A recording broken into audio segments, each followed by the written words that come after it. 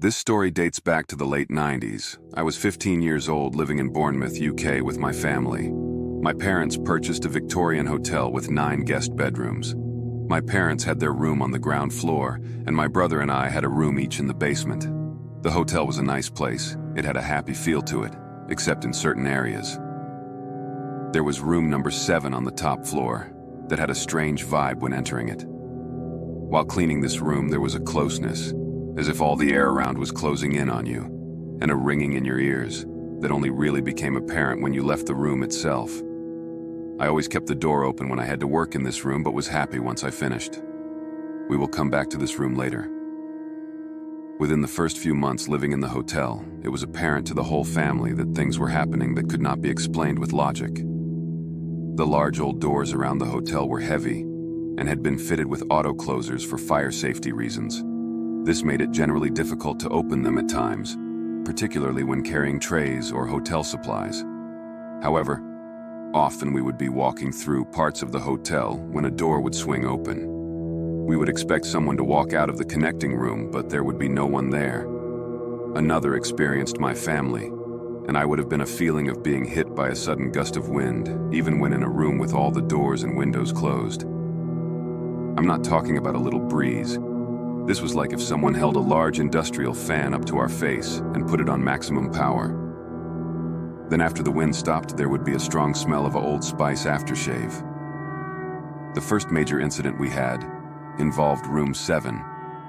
A couple and their 10-year-old daughter were staying in the room. After dinner, the parents went to the bar for some drinks, but the daughter was bored, so she went up to the room to watch TV. All was fine until another guest entered the bar area and asked if anyone was staying in room 7, as they could hear someone screaming in that room. My parents and the girl's parents ran up the stairs and went into the room to find the girl sitting up in bed with tears rolling down her face. When asked what was wrong, she said she had fallen asleep for a minute, to be woken up by a man standing in the room. My parents asked what the man looked like, thinking it was one of the other guests in the hotel, but the description she gave was of a tall man, wearing a top hat, and that he had hair on the sides of his face, but not a beard. She effectively described a Victorian man with sideburns. Her parents asked where he went, but she didn't know. When she woke up, the man told her to stay in bed and to go back to sleep. At that moment, she said she started screaming. When she looked back up, he was gone. They searched the hotel, but no one was found. None of the guests came close to matching the description. The family put it down to a bad dream, but my family were sure there was more to it than that.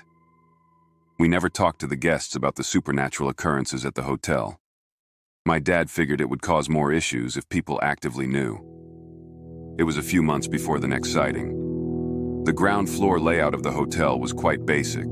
There was a main lobby, lounge, dining room, and kitchen area. The bar was part of an old extension only accessible through the dining room. This meant that if you were seated in a certain position in the bar, you could see directly through the dining room into the main lobby and the stairwell area. A guest was having a drink in that exact spot when she turned to my mom standing behind the bar. She said excitedly, "Oh, you have a wedding party staying here." Mom was quite confused and asked what the guest was referring to. The guest said that a man wearing full top hat and tails had just walked down the stairs. My mom moved beside the bar and looked out of the window towards the entrance of the hotel, at which point the guest said, "He didn't go that way. He went down to the right side of the stairs." What the guest didn't know was that the right of the stairs led to our private quarters. My parents went to check, but there was no one there, although there were ways out of the building. All of the exits were locked and bolted from the inside, so no one could have exited through them without it showing. Another common occurrence in the hotel would be the sound of running. When on the ground floor, you would hear running upstairs. This was not surprising when the hotel had guests. In an old Victorian hotel, every sound was heard and magnified. One time over Christmas break, we would shut the upper floors of the hotel and just have family time, but the running around would still continue. It was so loud at one point that we were sure someone had broken in. My brother, dad, and I even went upstairs clutching kitchen knives for safety, but after unlocking the rooms, No one was up there. One guest started staying long-term at the hotel. I don't recall what his job was, but he had business some of the year in Bournemouth. Certain days he had to travel into London. On the London days, he would need to be out of the hotel by 5 a.m. My mom would leave him out a continental breakfast. He would help himself and be gone before we woke up, returning later in the evening. One day when returning from London, he was chatting to my parents when he said something strange had happened when he left the hotel that morning. He had come out of his room as usual and was surprised to see a boy standing on the steps leading up to the top floor of the hotel. The man was not used to seeing anyone else up at 4:30 a.m., but being polite, he said good morning to the boy. He said the boy did not say anything. Instead, he just turned and proceeded to walk up to the top floor. The man thought it was strange, but carried on with his normal morning routine. My parents were puzzled by this. They asked him what the boy looked like. He said he was around 8 or 9 years old. He could not recall what the boy was wearing. The reason my parents were confused was because at the time, we had no children staying in the hotel. Many months later, while serving breakfast, a guest came into the dining room to ask my mom, "Is this hotel haunted?" All the other guests stopped eating, intrigued by the question, and even more so by what the answer would be. My mom played it cool, simply saying, "Why do you ask?" The lady replied that she had woken up in the middle of the night to find a boy standing in her room. She said hello to the boy, but he vanished. My mom acted surprised and said it was the first time she had heard of anything like that. She played it down in front of all the listening ears. The final incident involved me. I had been saving money up to buy a watch. I had finally managed to get enough money saved, so I made my way to town to buy the watch. It was my first expensive purchase ever. When it was time to go to bed, I took the watch off and placed it on the bedside table. However, in each room there were internal phones next to the bed. This was in case my parents needed our help checking in guests. The bedside table in my room was so small, the phone took up all the space. For that reason, I decided to lay the watch over the receiver of the phone and hope no one would call that night. My bed was one of those large metal bunk beds. It had a single bed at the top and a sofa bed below that folded out into a small double. I slept on the bottom, partly because it was a double, but realistically because the ceiling was so low you could not physically sleep up there anyway. I remember being woken up that night to the loudest metal sound as my whole bed shook. It felt and sounded as though someone had run and jumped on top of the metal ladder of the bed. I was facing the wall at the time and remember the fear I had. I would say it is the only time in my life I was frozen in fear. No part of me would move. I just lay there, too scared to turn over to see what had caused the entire bed to shake. I'm not sure I would have been able to call for my brother, but he was away at summer camp, so he could not have helped me anyway. I lay there for hours, just staring at the wall. Finally, the light shined down to the basement window and filled my room with light. I jumped up to turn, and thankfully there was nothing there. I sat up in bed to notice the watch was gone from on top of the phone. I searched around on the floor thinking it had slid off. Then I thought about the noise my bed had made, as if someone had jumped on it. Slowly peering up to the top bed, there in the middle of the mattress, was my watch. I guess the little boy had wanted to play with it too. My mom went on to research the local history of the hotel. She was able to find out a doctor had lived there when it was first built as a house. During the time, there was a young boy who had died from an illness, but I can't remember the exact details of how. We owned the hotel for many years before selling it. It later was converted into flats, and I often wonder if they still have any activates.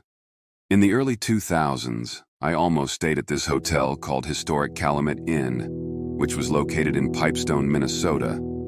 I went on a trip to see the Pipestone National Monument. After spending a few hours there, my friend and I toured the town and looked for a place to eat lunch. We heard the inn had a beautiful restaurant, so we checked it out. We missed the lunch service, but the person working the front desk was nice enough to allow us to explore a couple of the vacant rooms. The inn was recently remodeled back to the original self. It was built in 1887 so the whole place had that time period's decor. The rooms were gorgeous and very well done. I started getting this weird feeling, as if someone was watching us. When I got to the second floor, I continued to have this feeling, like someone was right on my heels. It wasn't a welcoming energy. My friend's experience was total opposite. He felt very welcome and comfortable. While walking down the hall to the last room, I heard someone run up behind me. I moved over to let them pass, and got hip-checked into the hand railing. The hall was completely empty, beside my friend, who was on the opposite side. There was nowhere to go, as we were told all guests were on the second floor, and this happened on the third floor. I took approximately 50 pictures while touring the inn, and not one of them came out correctly. There were other pictures from places on the beginning of the roll and also at the end of the next roll. Those all came out totally fine. The photo place said it could have been bad roll of film, but they couldn't confirm that. Here's how I almost ended up staying there. My friend ended up making reservations for the hotel. He called the Chamber of Commerce or Tourism Bureau. I can't remember now. This was the early days of the internet. You couldn't Google these things. They said there was only one hotel open during that time of year. It was the off-season, late September or early October, so we stayed in a vanilla box just off the highway. My friend was actually a bit irritated at not having the chance to stay in the historic hotel. We did talk to the front desk about the place. He told us that this was the second iteration of this hotel. The original was down the street. He also told us they have a ghost named Charlie. He wanders around the second and third floors where the guest rooms are at. Initially, I was a bit disappointed not getting the chance to stay in this historic and gorgeous hotel. But after going upstairs and experiencing this energy, I was extremely glad I didn't sleep here after all. I didn't stay overnight, but I visited the Queen Mary when I was a kid and caught a glimpse of some ghosts. My aunt and uncle took my brothers and I there for a guided tour. As soon as I stepped inside, I felt a shift in the atmosphere. I absent-mindedly said, "Oh, this place is haunted." I wasn't really saying it to anyone in particular, but my older brother, a skeptic, heard me say this and thought I was making stuff up to scare him. We argued about it for most of the tour, until eventually our group was led past the doors to a large ballroom. In my periphery, I saw a couple dancing, a woman in a pink gown, with a man in a tux. They looked like they might have been from the late 1800s or early 1900s. When I looked into the room directly, it was empty, but the weird atmosphere that I felt when I boarded the ship was really strong there. I looked at my brother and told him, "This room is super haunted," and he said, "Prove it." So I asked the tour guide, "Have you ever gotten any reports of ghosts in this ballroom?" The tour guide suddenly got really excited and said, "Yes, how'd you know? Did you see something?" I told him what I saw, and while I was looking in the ballroom again, I saw another figure in my periphery, this time a man dressed in white, waving at me before walking into a door at the back of the room. Then I started hearing what sounded like people cooking. I pointed at the door and said, "Back there is a kitchen, right? It probably gets a lot of activity, like voices, banging pots and pans, and slamming doors, right?" The tour guide got really excited again and said, "That's right. That kitchen isn't in service anymore because the ghost activity got so bad that the chefs refuse to use it now." He then went on a tangent about other reported hauntings on the ship. Then we moved on to one of the upper deck areas. I didn't see any out-of-place figures up there, but again I felt that weird presence getting stronger. So I looked at my brother to tell him, "This spot is haunted too." He didn't want to hear it, but then the tour guide looked at us and said, "And by the way, this is another ghost hotspot." I gave my brother the biggest grin ever. Everyone in our tour group was thoroughly impressed by my ghost hunting skills, except for my brother, who was mad, and by his own admission, a little scared. In January, I had to travel to say goodbye to my grandma, on my birthday no less, in New England. There wasn't any time for me to drive or pack anything. I got dropped off at the Acela train, and unfortunately arrived about 10 minutes too late. My uncles were exhausted, but I managed to get the last room at this historic bed and breakfast house.